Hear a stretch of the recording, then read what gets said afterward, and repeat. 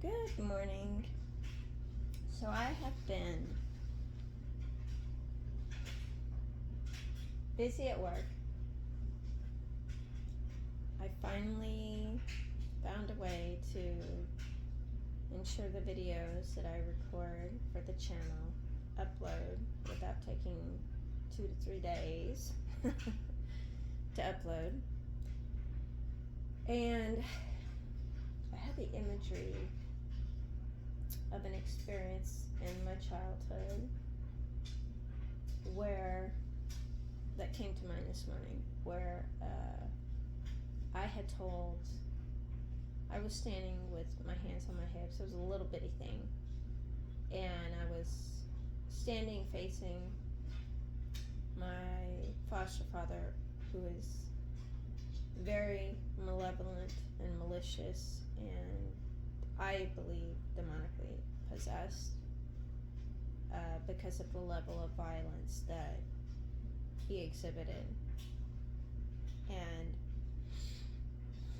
I am facing him. I was facing him. I remember facing him. And this is a man that was deathly afraid of any mention of God or Jesus.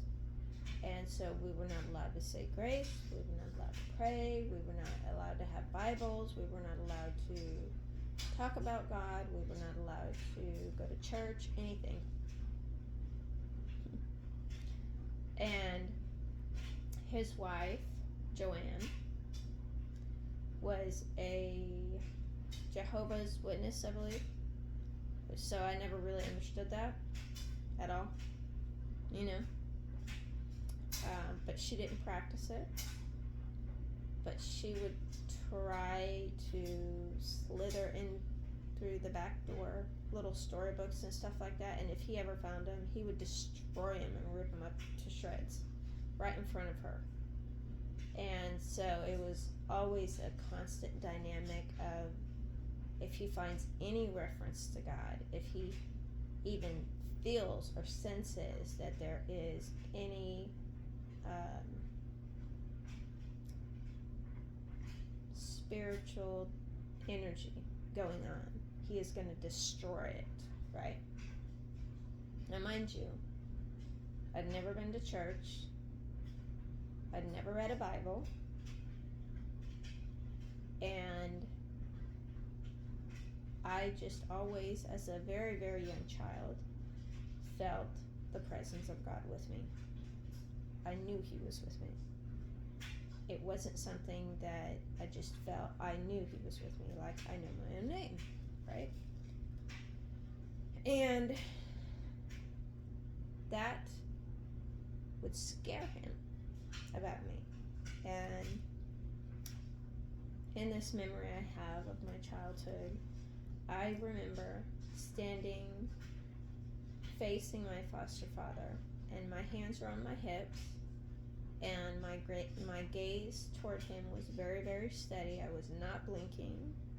I was staring straight into his eyes, and I told him, you can rape me, you can molest me, you can beat me, you can make me do the things to you that you like, that I hate, that I do not want to do, but you cannot beat the love of God out of me.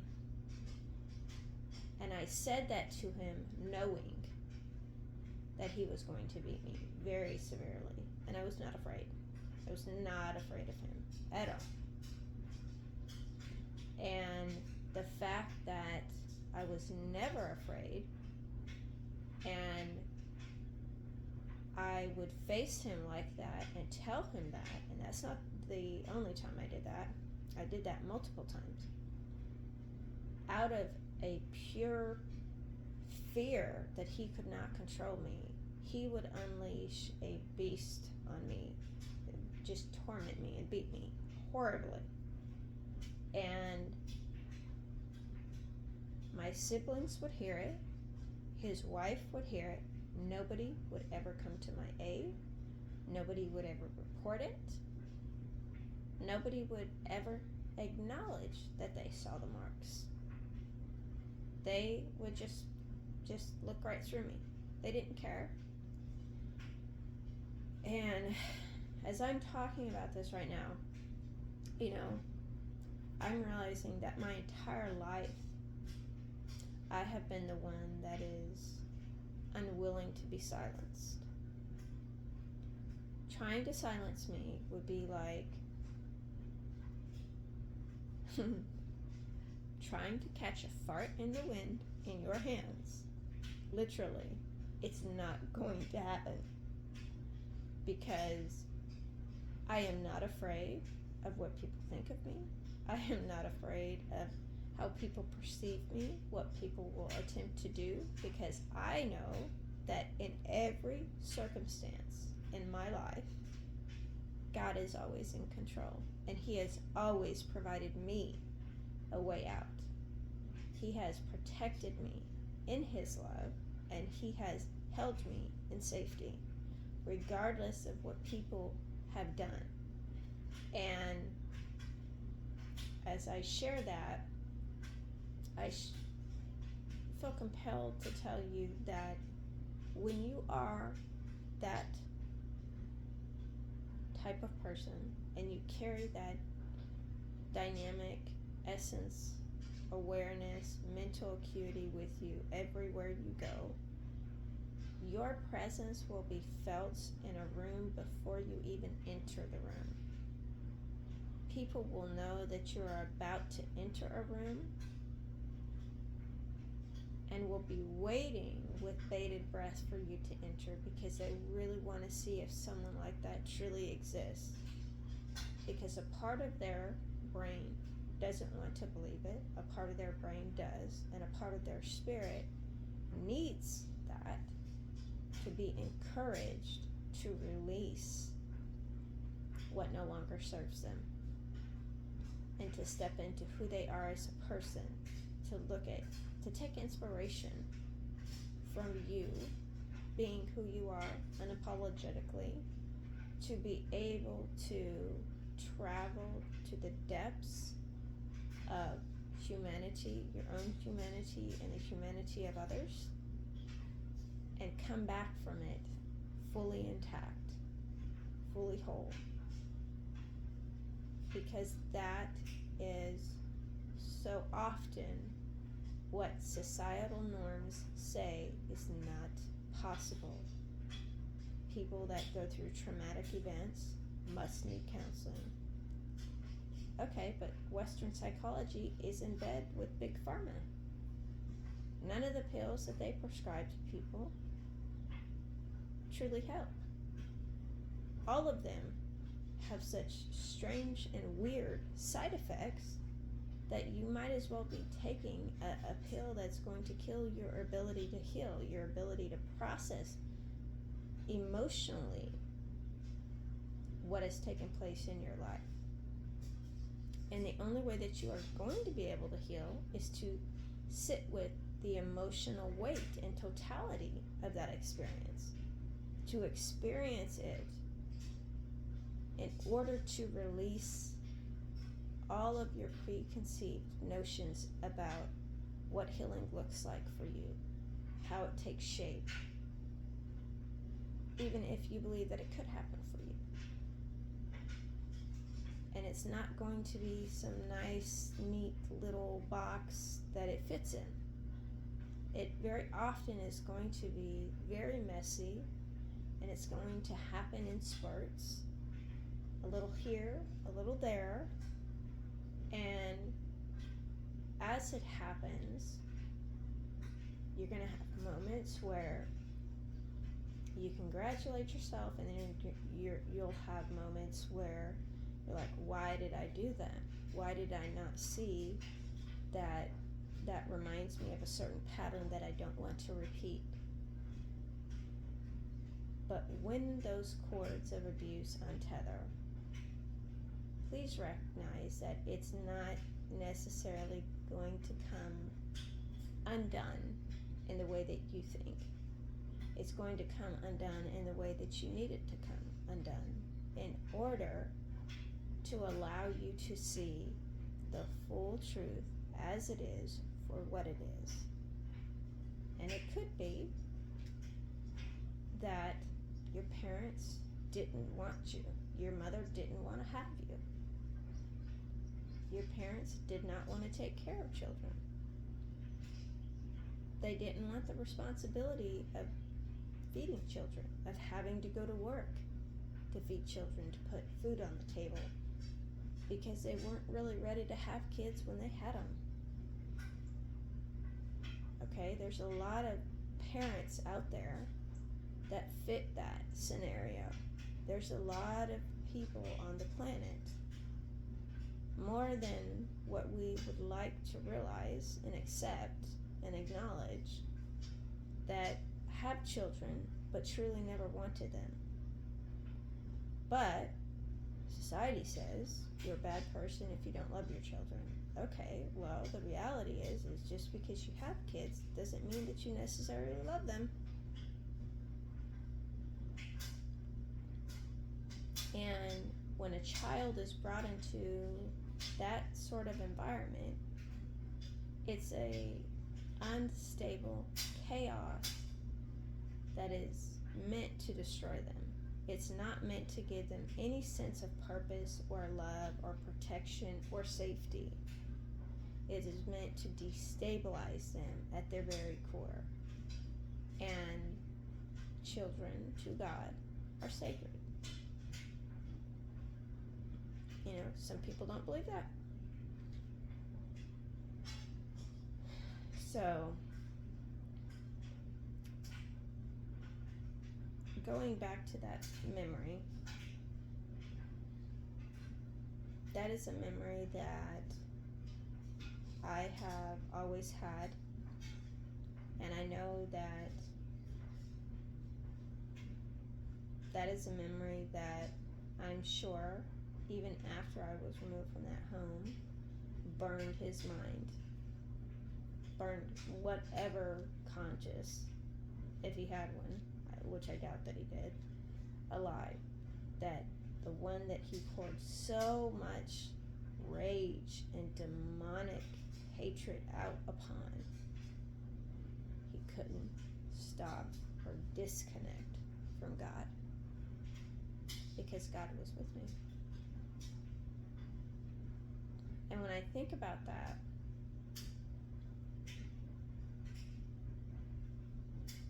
I think about the destroying angels spoken of all throughout the Bible that God sends to destroy the altars of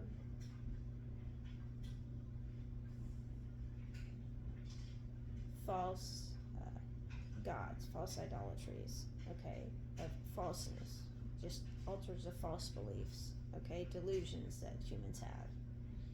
And I can remember so many instances where my foster father would tell me that he was God. And I would just look at him like he was crazy, and I would laugh, and I would tell him, you don't believe in God. So how can you be, if you don't believe in God, how can you be God? You don't believe in him. So you don't believe in yourself. And he would get angry.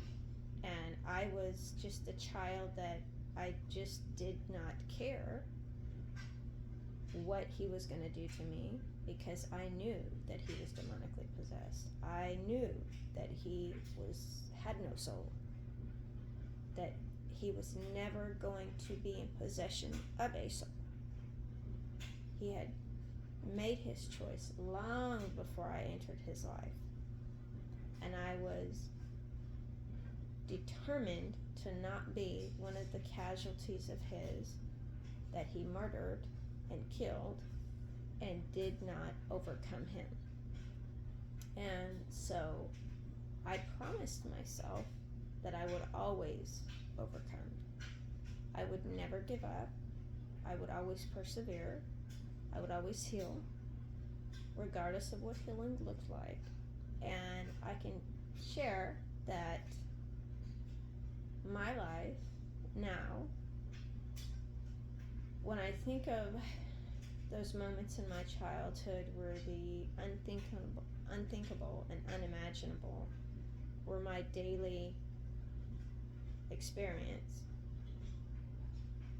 I am amazed at the strength and the mental acuity that I possessed in the midst of that, to not become him, not become like him, to still remain someone who is loving, who is kind, who takes care of animals, who offers help to people around me, who is gentle and compassionate and believes in God.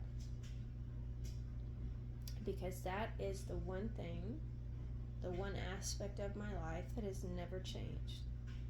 No matter how many people lie about me, no matter how many false narratives people create about me, no matter what my family would love for people to think about me and have actually convinced people to in some instances, God knows the truth. And I know that God has made the truth known to me. So I don't have anything to worry about. I don't have any stress. I am glad God removed my family from my life. I am glad that I have no abusive people in my life. I am glad that I see through the BS of all of it. And I don't want any part of it. And if this is you, if this is where you're at in your life, I want to continue to encourage you to keep going. I want to congratulate you on making that choice to heal, on making that choice to rise no matter what the cost, and to stand in your truth, knowing that no one and nothing stands in your way but what you stagnate yourself with. If this truth has helped you, I invite you to like the video and subscribe to the channel. Have a good day.